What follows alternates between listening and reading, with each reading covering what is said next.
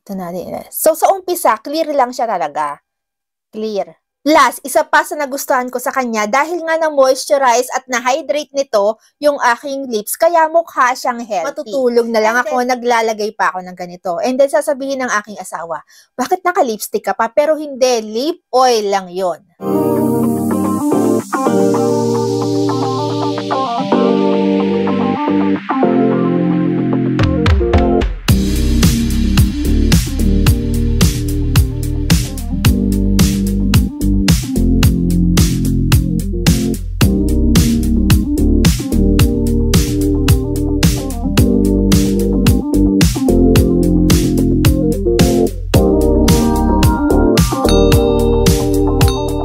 Hello my loves! Welcome back sa aking channel at para naman sa mga taong hindi pa nakakilala sa akin, ako po si Gadang Pilipina sa Espanya. Welcome to my YouTube channel. So dito sa aking channel, I shared everything about my life, lifestyle videos from makeup, skincare, hanggang sa mga unboxing videos at hair care videos na madalas natin ginagawa dito sa aking channel. Kaya kung gusto mo yung mga videos na ganon, please consider to subscribe to my channel at i-click mo na rin pati ang notification bell para updated ka at wala ka ma-miss sa mga susunod ko pang videos. Okay, so sa video natin ngayon, excited ako kasi meron akong bagong product na ginagamit ko na gusto kong i-share sa inyo. So, lip product itong ipapakita ko sa inyo. So, kung napapansin niyo ngayon, gamit ko na siya. So, ayan. Nakita niyo ba kung gaano ka-healthy yung aking lips? Plus, wala akong nararamdaman na mantika sa aking lips. Walang malagkit na pakiramdam. So, nabanggit ko yung mantika kasi etong ipapakita ko sa inyo ay etong lip oil na ginagamit ko. So, yung nasa lips ko ngayon ay lip oil lang. Wala akong nilagay na lipstick. So, yes, meron akong dalawang shade. Ito yung dalawang shade na favorite ko sa lahat ng shade range nitong product na to. So, sabi ko nga kanina, ito ay lip oil. Ang brand ng tinutukoy ko ay etong Catrice. Catrice yung kanilang tinted lip oil na Glossy Glow. So, meron akong dalawang shade. So, etong shade, first shade ay Drama Mama 020. And eto naman ay, ano bang shade nito? Glossy Girl number 040. So, kung napapansin niyo dun sa side, may nakalagay na Scan Me. So, pwede mo siyang i-scan kung authentic ba yung nabili mo o hindi. Ito kasi ay safe naman. Safe at alam kong authentic ito kasi sa beauty shop ko ito binili. Sa Primor dito sa Spain. So, sabi ko nga sa inyo kanina, maganda siya kasi tulad na sinabi ko kanina, hindi ko kailangang maglagay ng lipstick. Gagamitin ko ngayon ay etong Drama Mama. So, ilagay na natin. Lapit tayo para mas makita ninyo. Ayan. Okay. So, ayan yung kanyang tip. Yan yung tip. At eto yung kanyang. Good thing dito kasi may stopper siya. So, para hindi messy. Hindi masyadong messy. So, ilalagay na natin. So, wala pang nakalagay dyan sa lips ko. Tingnan ninyo kung ano yung shade na magiging niya na maiiwan sa kanya kapag nagtagal na yung lip oil sa lips ko.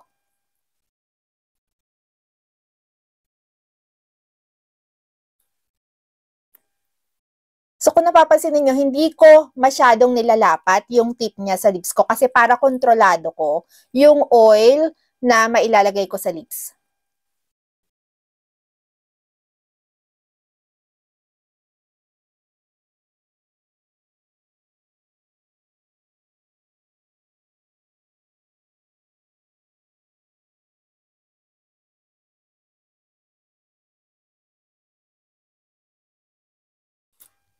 Okay, so ayan. So, medyo light pa yan. So, antayin natin maya-maya. Maya-maya. So, nakikita ninyo, kaya gustong-gusto ko tong lip oil na to kasi hindi siya greasy.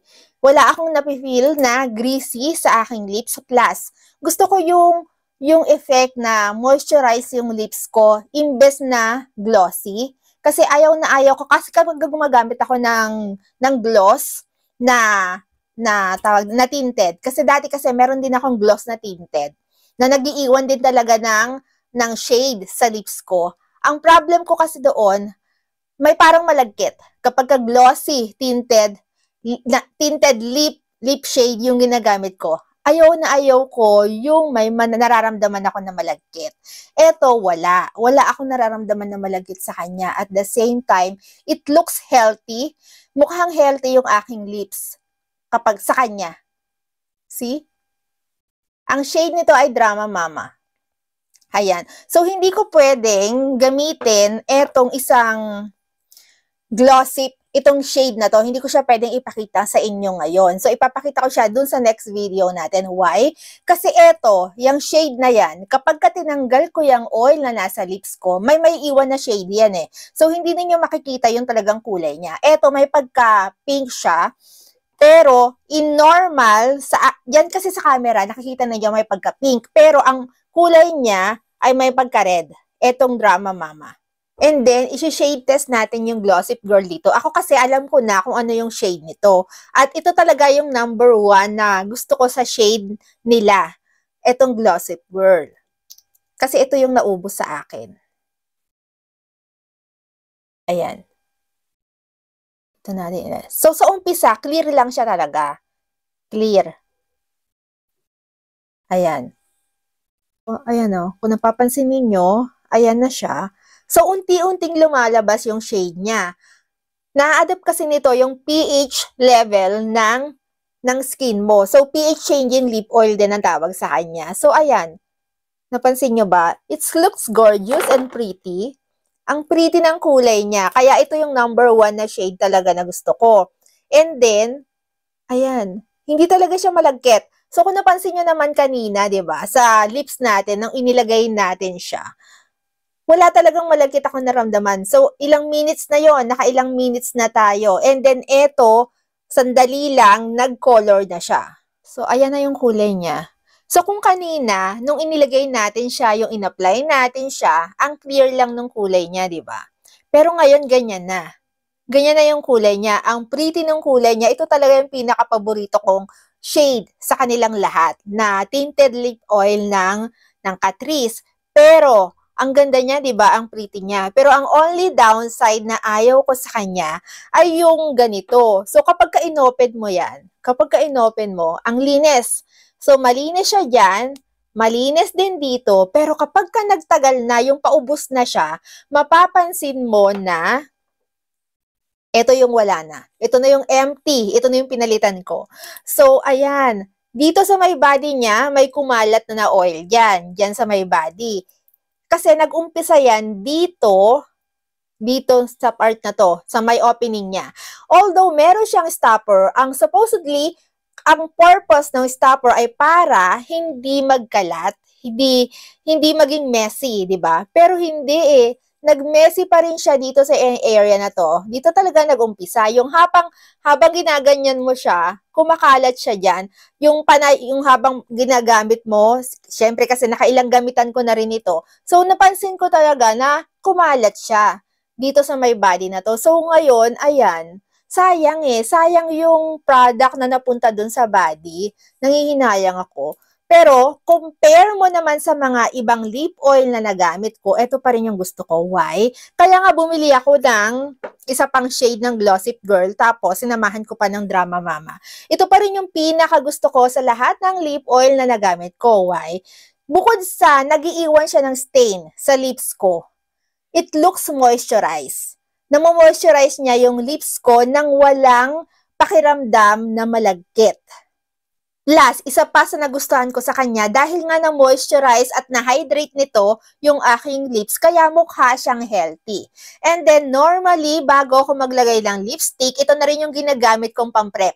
Itong lip oil na ito. Ito na rin yung ginagawa kong pang-prepare sa aking lips bago ako maglagay ng kahit na anong product sa lips ko or bago ako maglagay ng lipstick. Pero normally, pag ganitong nandito lang naman ako sa bahay at hindi naman ako aalis, lip oil lang ang inilalagay ko. Gusto kong ganyan lang. Yung aking lips. Lip oil lang. Gusto ko yung mukha siyang healthy. Gusto ko yung mukha siyang hydrated.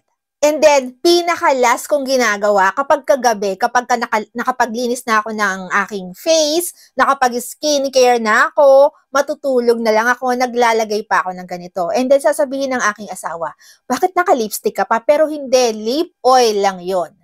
Yes, madalas talagang mangyari na nagtatanong yung asawa ko na kung bakit naka-lipstick pa ako. Kasi nga, dahil nga may shade siya, pero hindi niya alam na lip oil yan. Mas gusto kong inilalagay din siya sa gabi bago ako matulog. Para sa umaga, hindi lang dahil sa may shade siyang iniiwan sa lips ko. Yes, kasama yon kapag umaga, gigising ako, may shade talaga siya.